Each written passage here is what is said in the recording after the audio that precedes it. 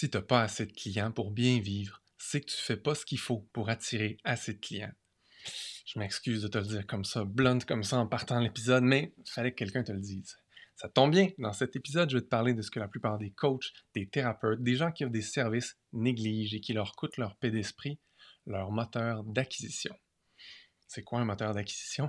Ça tombe bien. Dans le reste de l'épisode, je vais t'expliquer c'est quoi un moteur d'acquisition, puis comment on en choisit un et comment on le met en place pour attirer à nous le nombre suffisant de clients pour bien vivre. Alors, si ça t'interpelle, reste avec moi.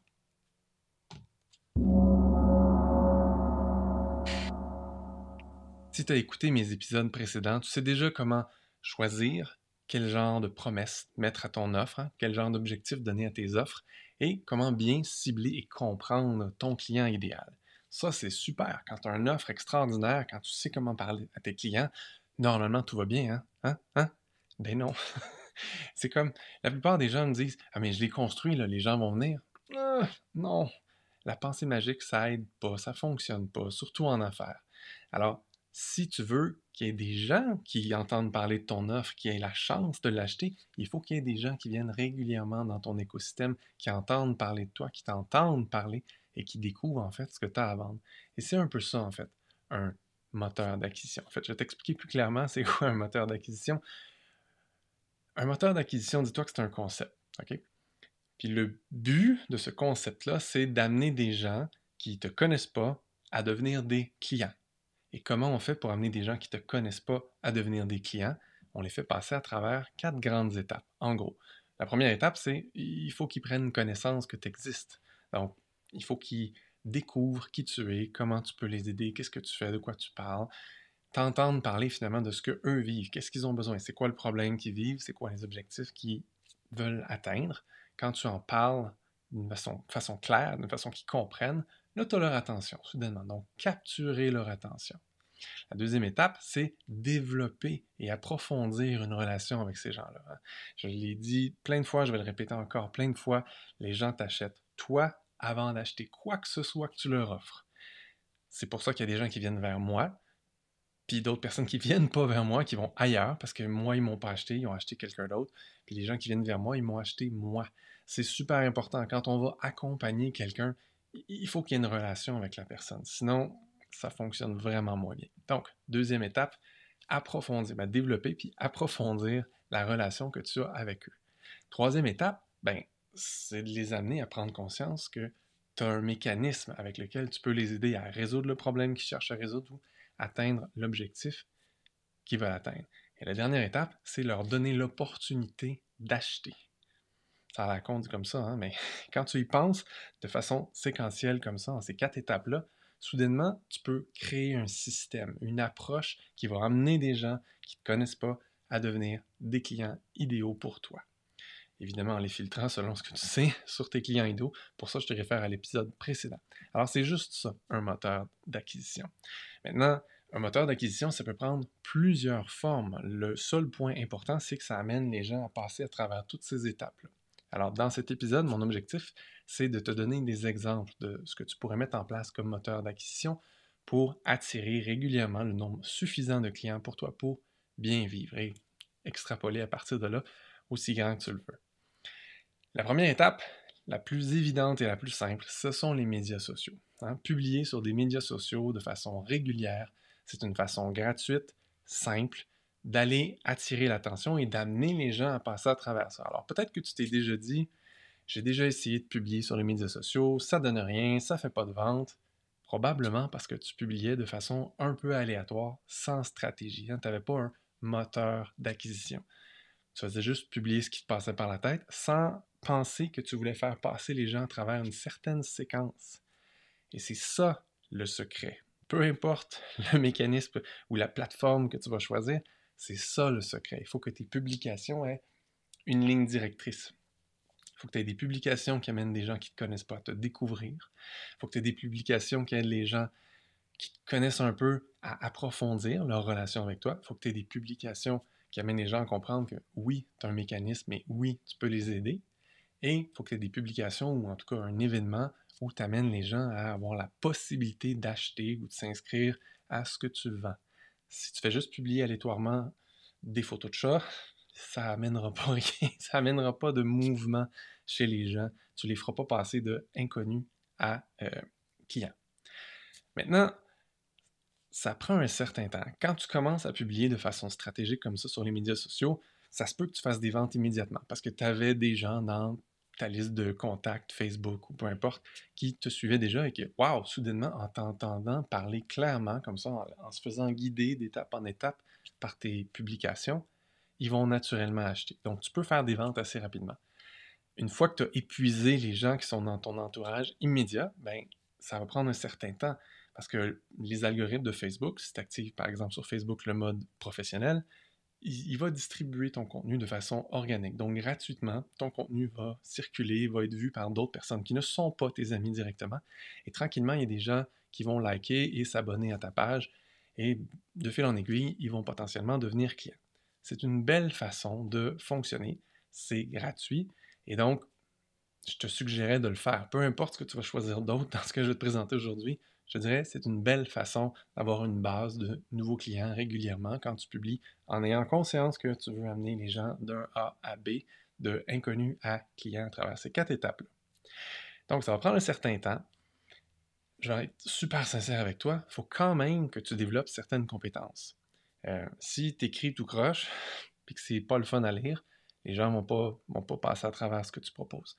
Si tu fais des vidéos live, puis tu t'exprimes pas bien, c'est pas clair, c'est pas cohérent, les gens non plus vont pas t'écouter. Mais, ben, il faut commencer en quelque part. Alors, je te dirais, commence à écrire, même si c'est tout croche. Commence à faire des lives, même si c'est pas parfait, parce que c'est à force d'en faire que tu vas devenir bon. Donc, il n'y a pas de secret là-dedans.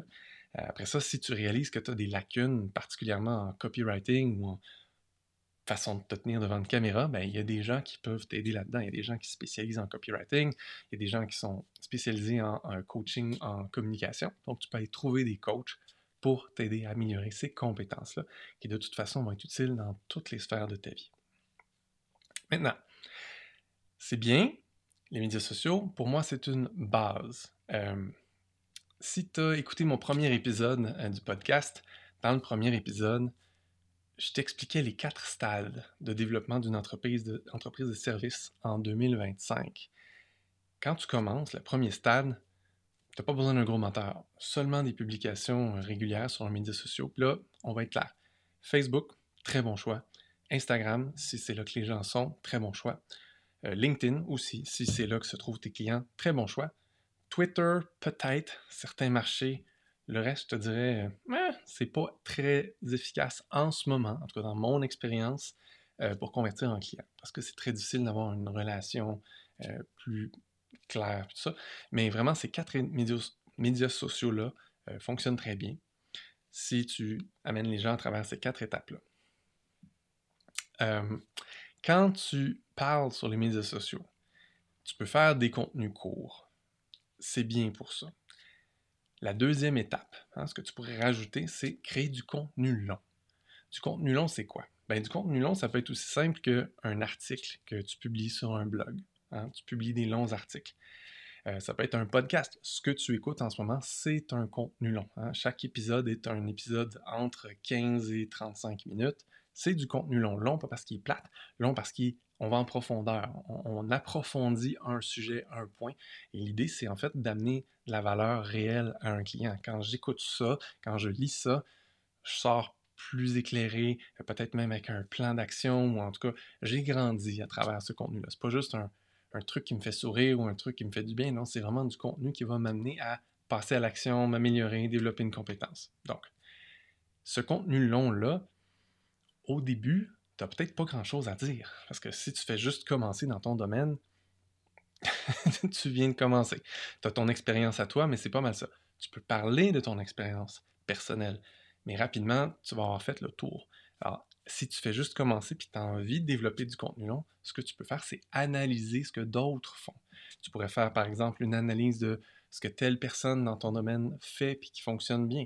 Tu pourrais analyser les résultats de certains clients. Tu pourrais analyser un livre, par exemple, de ressortir les points importants d'un livre.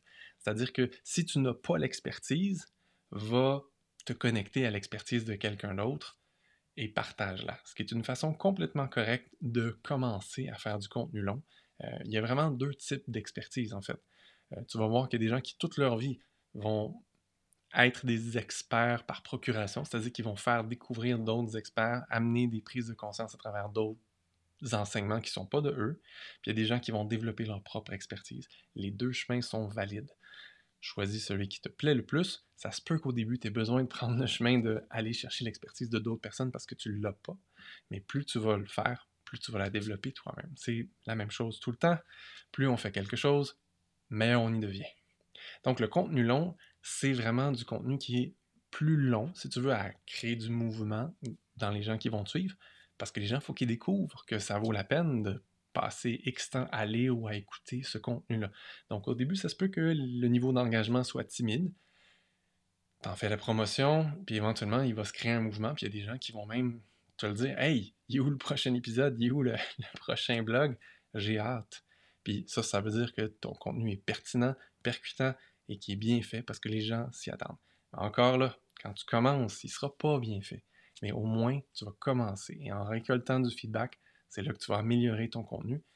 Il n'y a pas de recette magique pour devenir bon à quelque chose, il faut le faire de plus en plus, récolter le feedback, s'améliorer, et éventuellement, ça va fonctionner par lui-même. En fait, la beauté de ce format-là, le format long, c'est que éventuellement, quand tu as une certaine masse critique de gens qui te suivent, qui te lisent, qui te regardent, ça se met à rouler tout seul.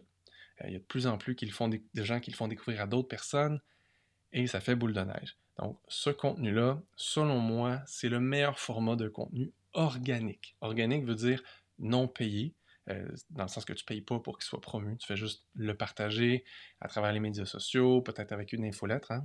En fait, quand tu as du contenu long, encore là, podcast, blog post, même des infographies longues, ça peut être un super bon format, ou juste carrément des vidéos sur YouTube, c'est un bon moment pour mettre en place une infolettre. Une infolettre où tu vas pouvoir régulièrement, que ce soit à chaque semaine, à chaque mois, partager ton contenu long. En fait, l'avantage pour que les gens s'inscrivent à ton infolette et que tu récoltes leur courriel, c'est qu'ils vont être les premiers notifiés quand tu vas publier un nouveau contenu. Donc, les gens qui sont vraiment intéressés par ce que tu partages vont vouloir s'inscrire à ton infolette grâce à ça. Façon formidable de faire des ventes, sincèrement. Pas à court terme, par contre. À moyen et long terme, c'est une façon formidable parce que plus tu as de gens qui lisent, ben, plus il y a des gens qui, à la fin, vont lire ton petit bout de publicité où est-ce que tu plugues ton offre. Hein. C'est important, à la fin, quand tu as fait un contenu long, quand tu as partagé, quand tu as donné beaucoup de valeur, tu as le droit complètement de plugger « Hey, savais-tu que je peux t'aider à? » Donc, donner l'opportunité aux gens d'acheter à la fin de chacun de tes contenus longs. C'est une belle façon organique d'aller chercher des clients régulièrement. Donc, tu comprends que médias sociaux, tu vas chercher un certain roulement. Tu rajoutes du contenu long, tu vas chercher encore plus de gens. Ça prend un peu plus de temps à mettre en place. Ce que tu peux faire pour accélérer tout ça maintenant, les partenariats sont une façon extraordinaire d'accélérer ta croissance. Il y a plusieurs formes de partenariat. Le partenariat le plus simple, ça peut être quelqu'un aime bien ce que tu fais, il va te faire découvrir en t'invitant sur son émission, que ce soit un podcast ou en vidéo. Tu vas parler avec la personne, soudainement, tu vas être mis de l'avant devant l'audience de cette personne-là qui, si elle est grande, ben, tu as des chances que certaines personnes se mettent à te suivre ton contenu, te demandent de l'information et veulent potentiellement acheter tes offres. Ça peut être gratuit. Il y a des gens qui vont t'inviter gratuitement. Souvent, il y a une certaine réciprocité qui est attendue. Hein. Ils vont se dire, ben, je t'invite à mon podcast, invite-moi au tien. Ce qui est super si tu veux mettre en place un podcast toi aussi. Il y a des partenariats qui sont un peu plus complexes. Par exemple, tu pourrais avoir quelqu'un qui aime bien ton offre, puis alors que tu n'as pas une très grande audience, eux ont une grande audience, ils vont te dire, OK, mais je vais faire la promotion de ton offre, mais en échange, tu me donnes une commission. Puis la commission, ça peut être n'importe où, entre 10 et 50%. Ça a l'air beaucoup quand tu te dis 50%, mais en fait, dis-toi que ça ne te coûte rien à l'avance. Tu ne payes pas de la publicité, tu ne payes rien. La personne fait la promotion de ton contenu, de ton programme, de ton offre, de tes services, et toi, tu gères la vente et tu as juste à remettre une commission à la personne parce qu'elle a fait la promotion de ton contenu. Probablement que la personne, elle, a payé pour développer son audience. Alors, c'est tout à fait correct que tu lui redonnes une commission pour le service rendu, finalement. Une autre manière de faire un partenariat, un peu plus complexe, celle-là, mais qui peut être très, très payante aussi, c'est de créer un sommet. Hein, les sommets en ligne, c'est encore très populaire et très efficace pour faire de la vente. Euh, Tu peux penser à n'importe quel domaine. Il y a des sommets dans le domaine du marketing, dans le domaine du développement personnel, dans le domaine des finances. Il y en a sur tous les thèmes. Tu peux soit joindre un sommet, donc tu cherches sur Internet quels sont les sommets dans ton domaine et tu cherches à connecter avec l'organisateur, l'organisatrice et tu regardes qu'est-ce que ça prend pour être invité, tout simplement. Ou tu peux décider d'organiser ton sommet. Ça peut sembler un peu impressionnant quand tu commences, mais à la fin, c'est pas si complexe que ça. La technologie aujourd'hui te permet de mettre en place un sommet relativement facilement. Il y a même des plateformes en ligne, en fait, qui font que ça, organiser des sommets. Donc, si tu as envie d'organiser des sommets, ben, tout ce que tu as à faire, c'est trouver des gens intéressants, des experts du domaine, t'assurer qu'ils aient une offre à la fin à vendre pour qu'il y ait un certain mouvement. Et toi, tu peux vendre l'accès au sommet ou tu peux le rendre gratuit, peu importe. Et tu peux aller chercher une commission aussi à travers ces ventes-là parce que tu organises le sommet. Ça a plein d'avantages. Ça te permet de créer une liste de courriels phénoménale rapidement. Ça te permet de faire des commissions sur les ventes de tout le monde. Ça te permet de faire des ventes tout simplement des accès au sommet. Et ça te met de l'avant, ça crée de la notoriété. Alors même si tu étais un ou une parfaite inconnue, soudainement, les gens vont voir ton visage. À chaque invité, ça te met de l'avant, les gens vont retenir ton nom plus facilement. Donc c'est une belle façon de commencer à se mettre de l'avant, faire un sommet. L'autre option qui, sincèrement, pour moi, est la plus parfaite parce que c'est l'accélérateur puis tu contrôles le niveau d'accélération, c'est faire de la publicité. Faire de la publicité pour un tunnel de vente automatisé. Euh, un tunnel de vente automatisé, ça peut avoir l'air de quoi? Ben, imagine une publicité sur les médias sociaux, les gens la voient, ça les intéresse, ils cliquent, ça les amène sur une page. Sur cette page, il y a la possibilité de t'inscrire en laissant ton courriel. Les gens laissent leur courriel, ils obtiennent quelque chose en échange. Ça peut être un accès à un atelier, ça peut être un PDF, ça peut être une vidéo en direct, ça peut être peu importe. Éventuellement, il y a une séquence de courriel automatisé qui amène à la proposition de vente de l'offre. Et tout ça, ça peut être grandement automatisé. Et ça, c'est merveilleux parce que quand ton message est clair, et ça, c'est super important, tu n'utilises pas de publicité si ton message n'est pas rodé. Si tu n'es pas capable de faire des ventes avec les autres méthodes que je t'ai présentées, essaye pas de mettre de la publicité, tu vas gaspiller ton argent.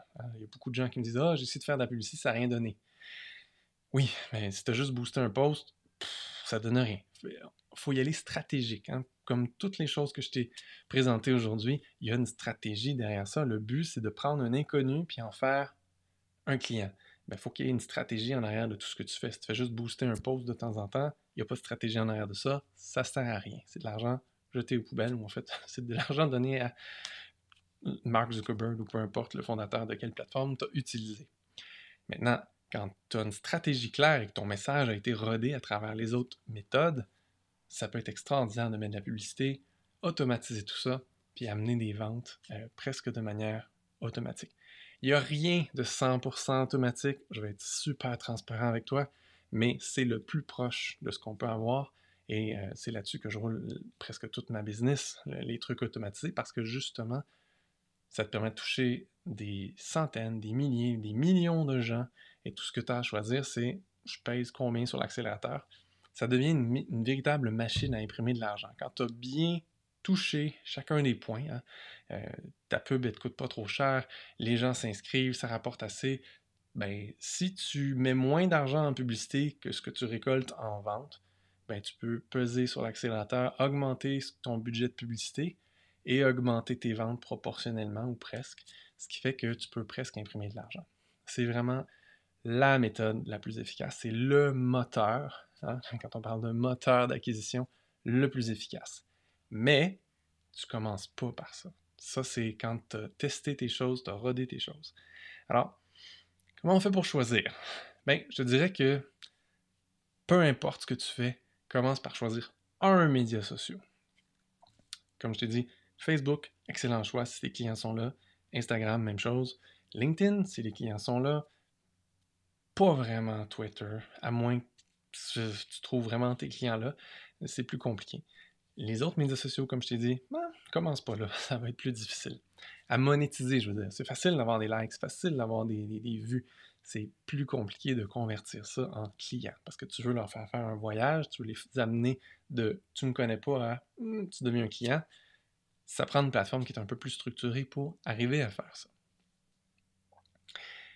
Je veux juste te rappeler une chose fondamentale. En tant que solopreneur, ta responsabilité numéro 1, c'est de faire des ventes. Parce que si tu ne fais pas de ventes, tu n'as plus de clients. Si tu n'as plus de clients, tu n'as plus de business. Tu es obligé de te retrouver une job. Donc, je t'invite à prendre ça au sérieux. Dans la légèreté, tu me connais, mais prends ça au sérieux. Fais pas juste espérer avoir des clients. Choisis une méthode, mets en place ton moteur d'acquisition et continue. Améliore-toi dans ce moteur-là jusqu'à ce que ça génère suffisamment de clients régulièrement pour toi pour que tu puisses bien vivre. Puis quand tu auras maîtrisé un moteur, tu pourras choisir un autre moteur puis le mettre en place pour grandir encore plus si c'est ce que tu veux. C'est toujours ça. C'est si c'est ce que tu veux. Si tu veux grandir, oui. Si tu es bien à ce niveau-là, arrête là puis c'est tout. L'important, c'est pas de faire plein d'argent, c'est de faire suffisamment d'argent pour bien vivre, que tu sois heureux. Je suis pas un gars qui promouvoit faire des millions nécessairement sur Internet. Si tu as envie de faire des millions, c'est parfait. C'est super. Mais si tu as juste envie de bien vivre, avoir du temps de libre, faire ce que tu veux quand tu veux, tu as les moyens de faire ça en mettant en place ton moteur d'acquisition. Alors, comme toujours, brûle pas les étapes, puis surtout, passe à l'action pour prospérer, puis assure-toi de t'accomplir dans la légèreté.